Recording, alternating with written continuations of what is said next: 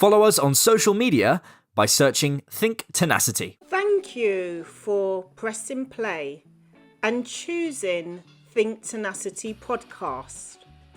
You are listening to a podcast series produced by Think Tenacity podcast, funded by Greenwich Mental Health Hub, which is a service run in partnership with South East London Mind and Oxley NHS Foundation Trust.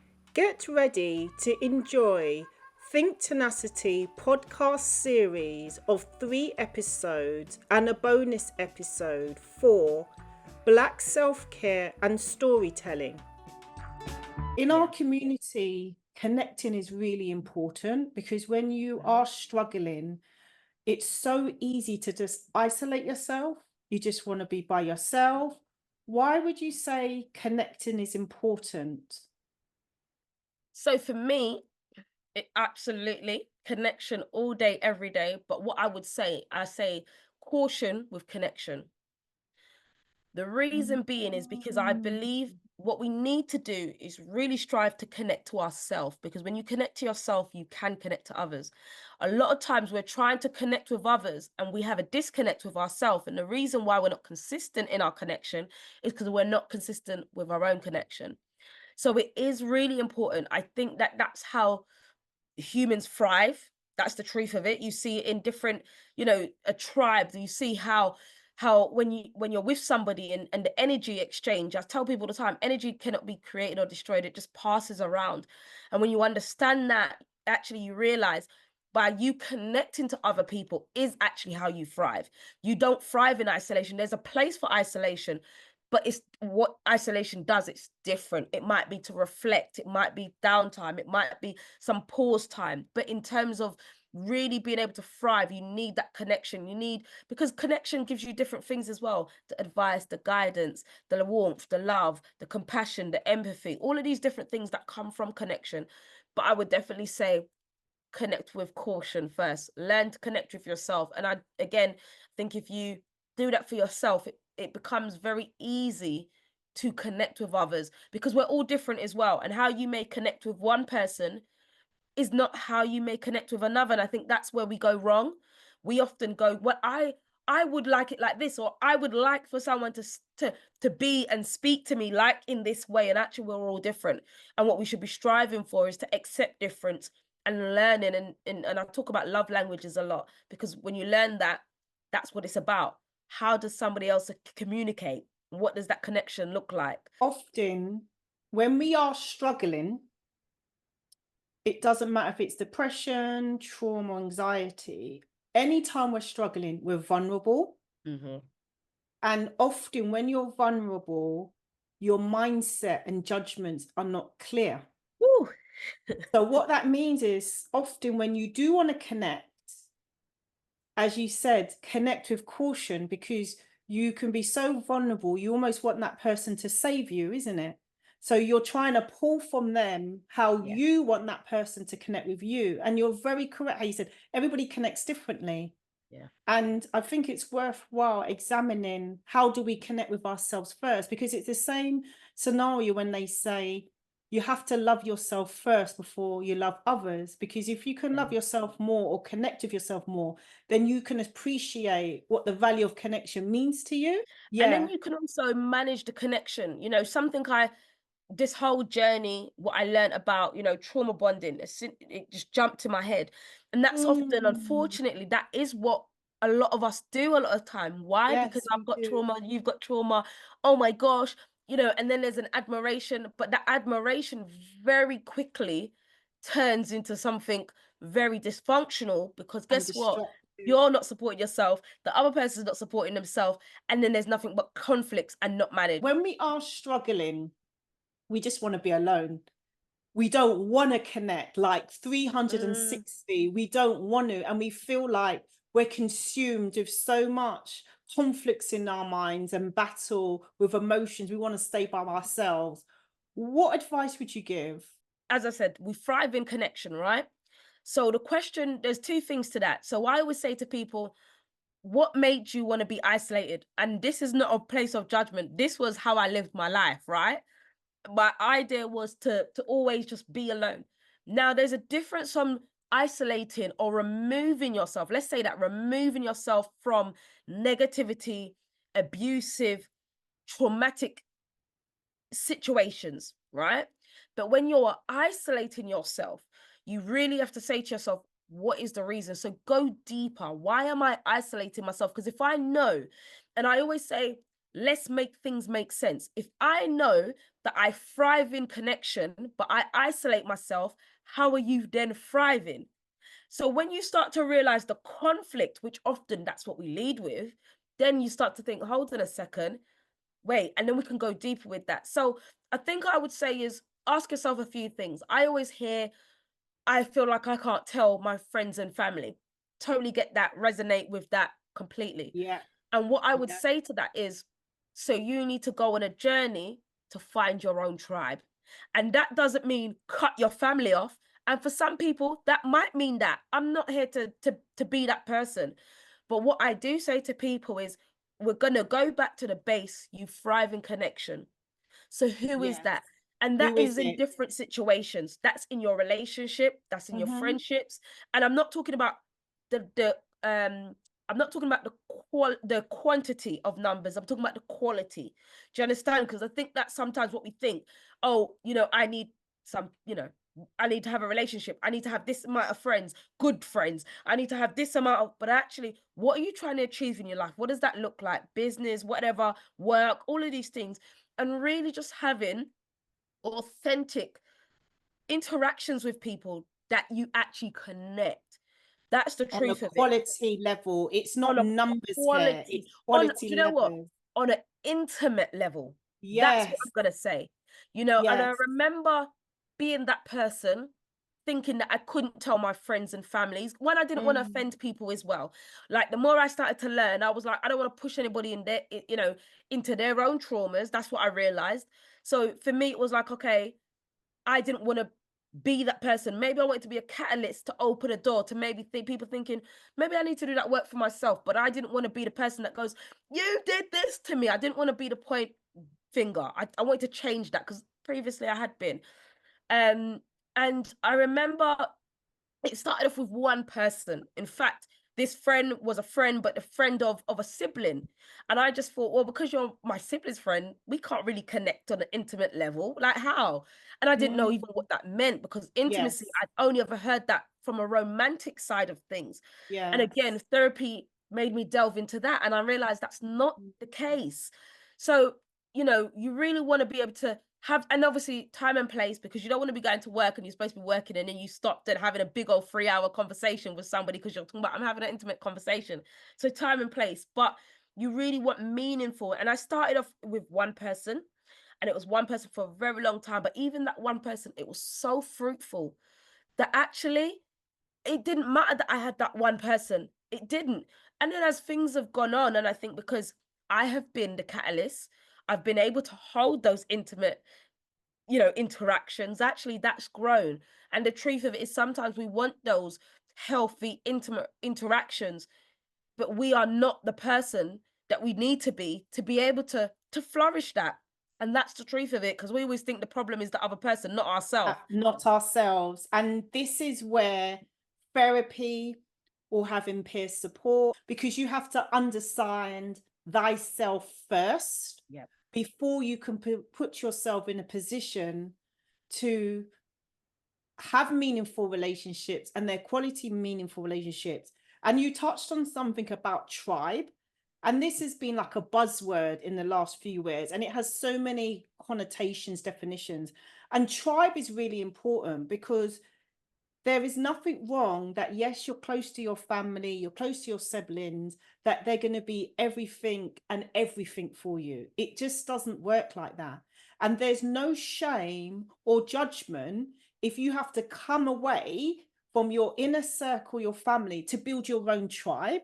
Yeah. And I watched one of your reels on Instagram. When you have a tribe or different connections or networking, it can be in different pits. It could be people from your work. It could be people from your entrepreneur circle. It might be online followers. You know, there's so many different of nuggets of networks that you can have. It's not just connections mean your friend. It might be your neighbor. Connections can come in all forms. I really want to say something on it, because I think we know the realm of online, and I'm not going to say like there's not negative things there, but that's like anything in the world, right? That's the truth of it. But I tell people this all of the time. Online has brought me the most beautiful people in my life. And I truly believe that. And when I say that to people, they go, "Really?" And I go, "Yes." That's how I found my marketing coach. That's how I found a lot of, in fact, my first therapist was found online, and it is difficult because you're sieving through a lot of information and you can become overwhelmed, and that's for you to manage like anything. But I think we've touched a little toe in the online world and we like it, but then there's so many of us that still like, no, online's bad. But actually it can produce the most fruitful. I mean, I do a lot of my sessions online and people say, can you build trust? Absolutely. And I'm like, Absolutely. of course you can, because before in the UK, I think we're really behind. But when you look at Australia, you look at America, they've been working remotely for years because people have been working. America's been supporting people in London, supporting people in Hong Kong. Long How else before was you going to COVID. do it? And so this is why I say to people, open your mind, because actually what potentially could be really old school of thought, and people have moved on. So I just wanted to touch on that. Absolutely. Like, don't think that online is just full of scammers, and yes, but those people are everywhere. But actually, as you said, you can find real quality people, people that want to share. And there's something you said about one of my videos about network. Again, that's another key message I'm homing into people, because we're always told network is your net worth. We're always told that statement, and I do believe that. But I also don't believe, I think that tells a half truth. If you meet a millionaire tomorrow, you're not a millionaire tomorrow. So we need to understand, what does that mean? And if you meet a millionaire and the millionaire has certain habits and certain behaviors, if you're completely opposite, I can guarantee you that relationship, that interaction will not fruit. Follow us on social media by searching Think Tenacity. How does connecting improve our mental health? You know what? The awareness, that's the first thing. Because what happens is, you now know how you feel. You're in touch with how you feel. You can catch yourself, even if, because we're all human, right? Even if, let's say, that unhelpful thinking style, the unhelpful habit pops up, you pull it back a lot earlier than you would have. Why? Because you're aware. That's the truth of it. But also, there's an element of, when you've got true connection, quality connection, I believe that what happens is, you have people around you that generally show care, almost like, what happened? You said for a couple of months now, or a couple of years, you've been saying that you wanted to do this. How come you've not done it? Not from a place of judgment, not saying, oh, you're not serious, man. You don't want to do that. They're not saying that. But actually a real conversation to go, what's happening here? And is everything okay? But again, it's about connecting, because often people won't do that because they won't want the argument, they don't want the conflict. But Yeah. those things are going to be a thing when you don't know how to connect and how to nurture the intimate relationships and interactions. But I would say, Yeah. yeah, awareness. And then I would say, what it also allows you to do is when to know that you need to go and get support. That's the truth of it, because you may not need it all of your life, but you will know, okay, this has happened to me, and this happened to me recently, in fact. So I know, I'm like, I've got it in my diary. I know I've got to check in with my therapist. I had emergency surgery end of last year. Basically, I almost went to the upper room.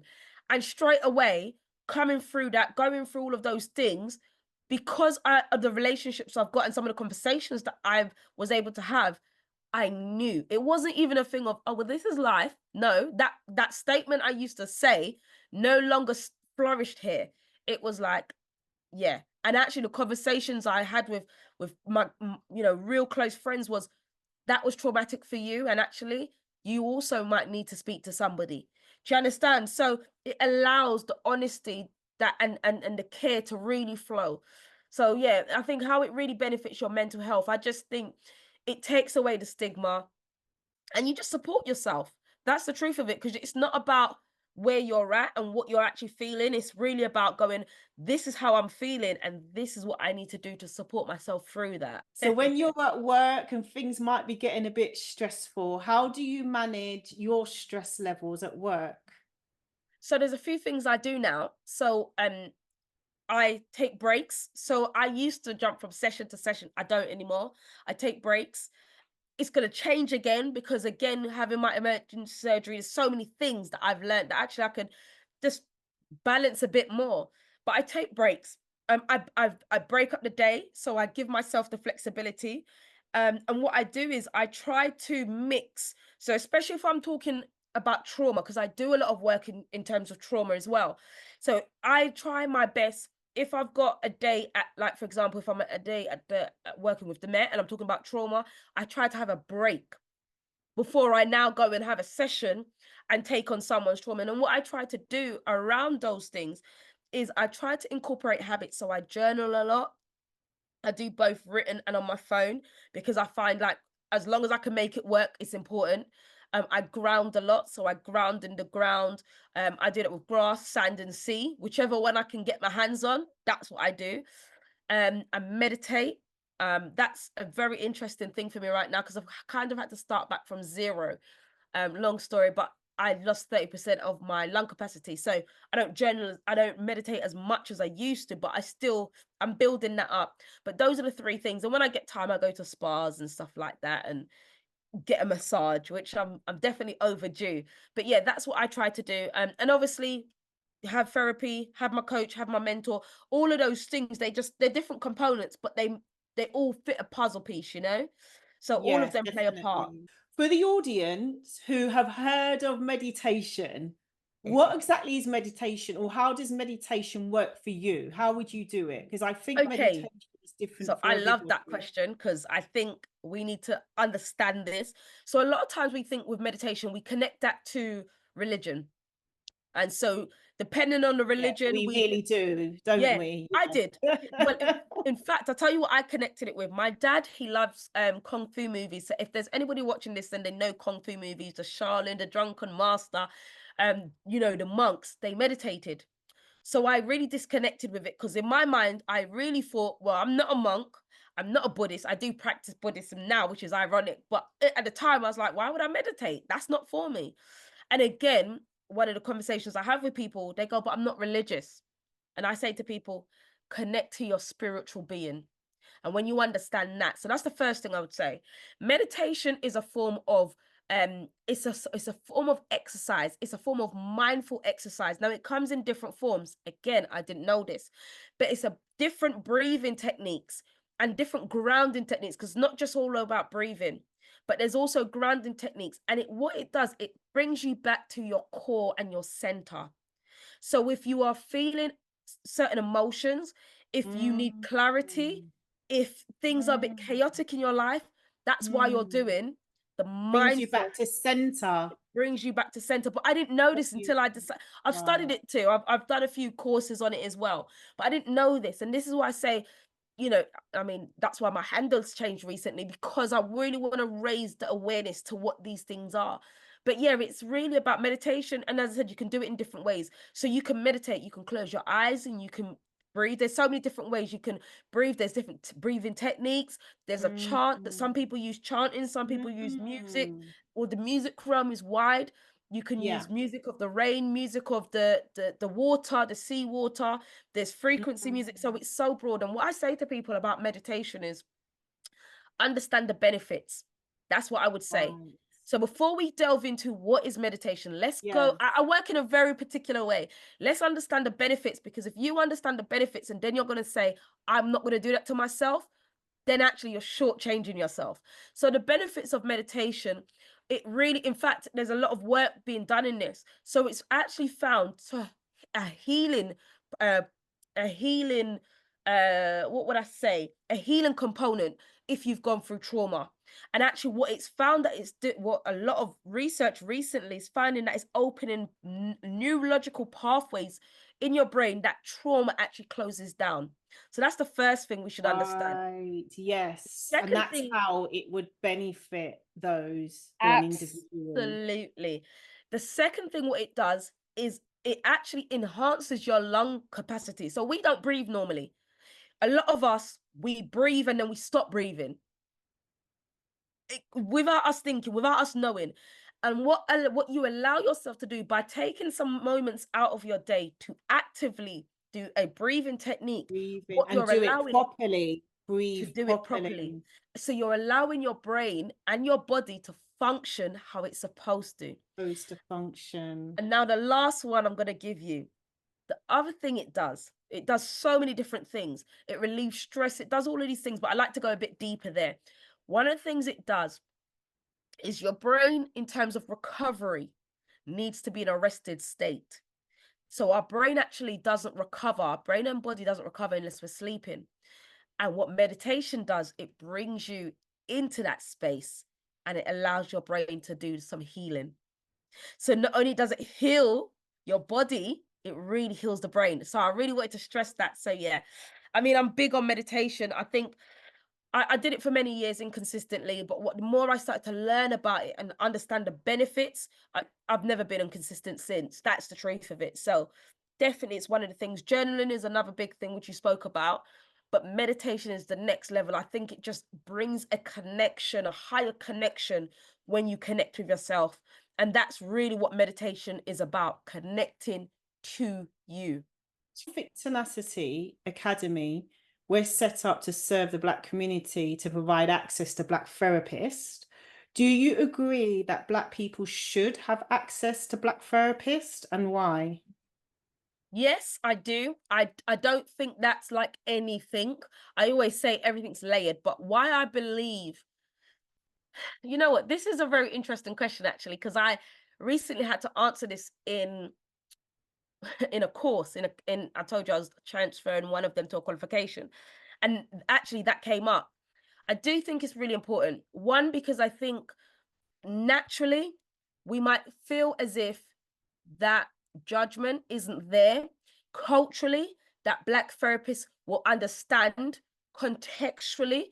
I remember one of my friends saying her first therapist was she said it was a lovely lady, but she said a middle class, older white lady. And she was explaining some of the things about the African culture that the lady had no clue about. So could not form an answer or anything because she didn't have a clue about it.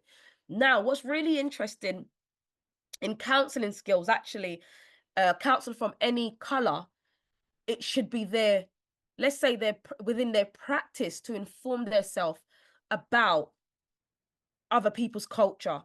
And this is where I talk about being an ethical practitioner, because if you're ethical and that's what you're supposed to do, you're never going to know. If you're not Black, you're not going to know how to walk in a Black person's shoes. That's not what I'm saying.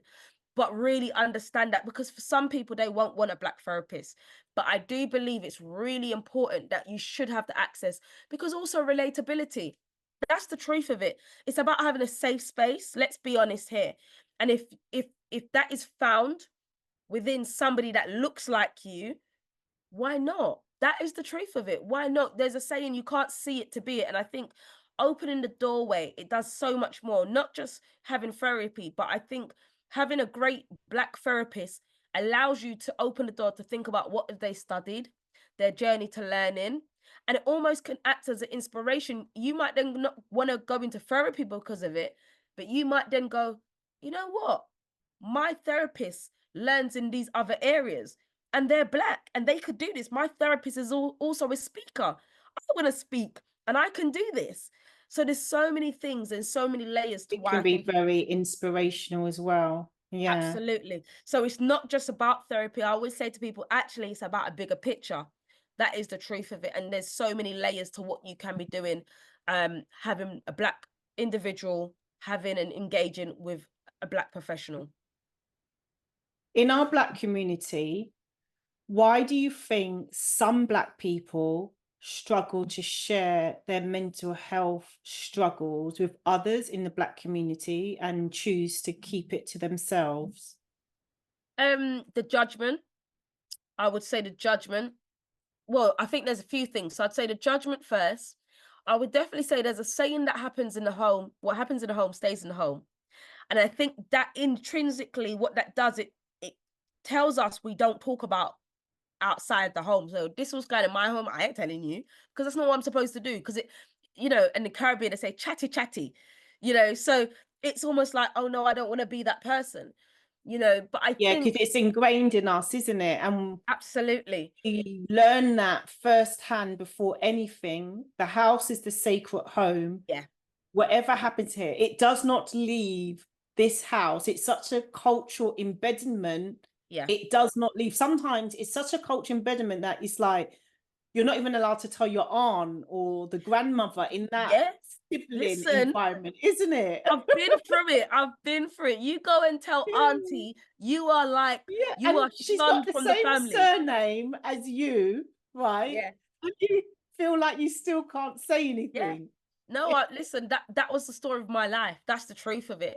And what happened with that is it taught me silence. Yes, It taught because me it taught us silence because there were punishments. yeah, If you did that, you would get the same level of punishment if you yeah, stole from the shop. You yeah, would actually get a lick or yeah, beatings if yeah. you shared. So there's a fear. There's a So fear. it does. So you're not, why are you going to say anything? You stay silent. Yeah, And that can grow with you within our Black community until you're the 40s or 50s yeah, because you still have this thought you have to stay silent. yeah.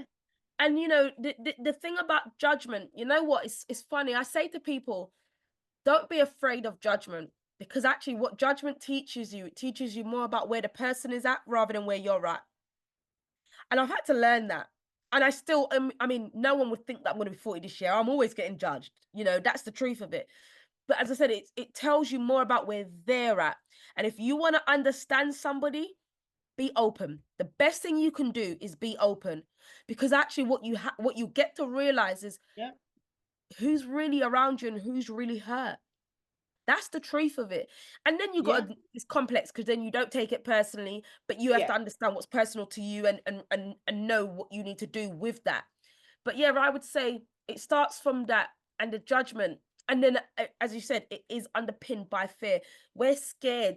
We're also scared. I think society for too long, and I see this in the UK in particular, if you look at the way the UK is designed, it's not designed in an accessible way for people with any type of condition to maneuver life how everybody else maneuvers life. It's not. Yeah. You got layer, Yeah. challenge, lay. The moment you have a condition, It's it's completely different. it's all over. You So struggle. And that's why a lot of yeah, people give up because they yeah. think they've already seen others. There's no hope. Exactly. So why would I now put myself through that? And that's what it is. If your life is already difficult, am I now going to am I going to tell the truth because, it's going to add to it? And nobody wants to look, everybody's just trying to live a peaceful life. That's the truth of it. Nobody wants all these conflicts. But the truth of it is the more you run from it is the more it comes anyway, you know? Absolutely. But It's a yeah, I think, double-edged sword because yeah, you know you've got the condition. You don't want to say because it's going to cause more problem. So you're damned if you do, you're damned if you don't. yeah, So you rather not say, and then by not saying, it causes a lot of problems. yeah. I mean, Black mental health stigma exists. Why else do you think Black mental health stigma exists in our community? I think also I mean, I have this conversation with my mum so much. I think there's I actually think, and I might be a bit controversial here, but I do see it.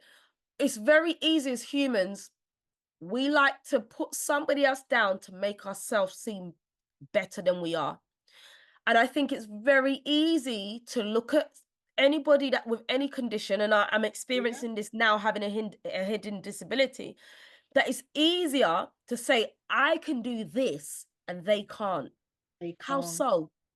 Mhm. Where is that factual? And that's the Who level told of the you that? stigma. Mm-hmm. And it's a stigma. But I think the reason why that stigma flourishes within our community, because actually we are very ego-led and prideful-led people. So because of that, it sounds great to say that I'm here, but I'm actually going to big myself and say I'm here. And actually, if I can put a disparity between us, that shows that I am here. And also we attach that with our self-identity, unfortunately, which is Yes. not good. It's not secure and it's not from a healthy foundation. But I generally, when I delve into behavior and really look at the layers of it, why we think and why people make some of the conversations and comments about people's conditions and what people think. And I see it now. I mean, I'm living it. Don't do this and you can't do this. Who told you that? And when I look at people that are having my condition and they're 10 years, 15 years, they are flourishing. So how do you guys know this to be true? Where did it come from? So I think the stigma really thrives because unfortunately we are prideful, and that's great, but there's a negative connotation to that if it's not managed in the right way and our ego runs away too much with us. How do you think we can change the culture of Black mental health stigma? What can we do to make these changes? So I've got a thing I say champions, right? And it all came from, there was this lady, she's passed now. She was in America, and she talks about every child needs a champion. And the first time I watched it, it really lived with me. And I say that what we need is champions. We need people like myself, yourself, the people that you have on your podcast, the people at your events that champion and share their own experiences. But what I also say is share what they're doing, because it's great to have lived experience, but actually if you've got your lived experience and you're doing nothing with it, I want to know how you're healed. That's what I want to know. And when you understand healed means healing, consistent healing is what healed is really. So I would say it's about finding those champions that are not afraid to be open. In fact, they're champion, and it's not easy. I'm not going to say it is, but they're champion what they're talking about. I think that's really important. I say to people, it's great to tell someone to journal, but if you don't journal, how do you know the challenges that come with it? How do you know the barriers? All you know is it from a textbook that it's one of the things that someone should do.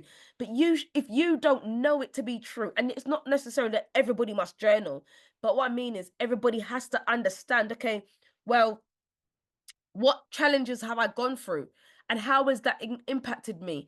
And finding those people who has gone to therapy and is willing, because sometimes it's a journey as well, right? Because actually you've got to be ready to be able to have that conversation openly, because there's questions. People are curious. People want to know, what was it like? How did you do it? Because they might be thinking about taking that step for them. So I would say, it's really about finding champions that speak proudly of their own challenges and really break that stigma down, and not afraid to say, you know what, I'm not perfect. Don't put me on a pedestal. Not because I'm now going on this journey means that I don't experience the same things that I did in the past. It's just that I navigate them differently. So really finding champions that champion that. I think the more we do that, I'm really big on technology. And I think that plays a big part where we can share those voices, share those experiences, and counteract the negativity. Don't worry about that. If you worry about that and you focus on that, there's a saying that Tony Robbins says, energy goes where focus flows. So the more you focus on something is the more your energy. So no, we're not worried about that, but really understanding that, finding those champions and amplifying their voices and their experiences. I think for me, and that stays there. This conversation, somebody could see that this time next year. And you Yes. just don't, it's a continuous spark. So I Yeah, really it's a believe that's continuous what I think we cycle. need to do. And I would say, in truth, when I look at some of my family members, in particular my mum, some of the conversations we've not had directly, but I know it sparked a lot of things for her because she's read my website, she's read things, and actually it allows certain dialogue to start taking place and her own journey to take place because I'm championing. I do things. Nobody in my family journals, nobody meditates, and I've never, at no point have I gone, oh, because I'm doing this, you guys are. I've never done that. But by them, I guess, seeing how my life has changed. One of my cousins said to me, it's almost like you're a new human being. And I said, guess what? I didn't wake up one morning, my traumas wasn't gone. So they're still very much there, So I think if you can There's find still people work like that needs to be done.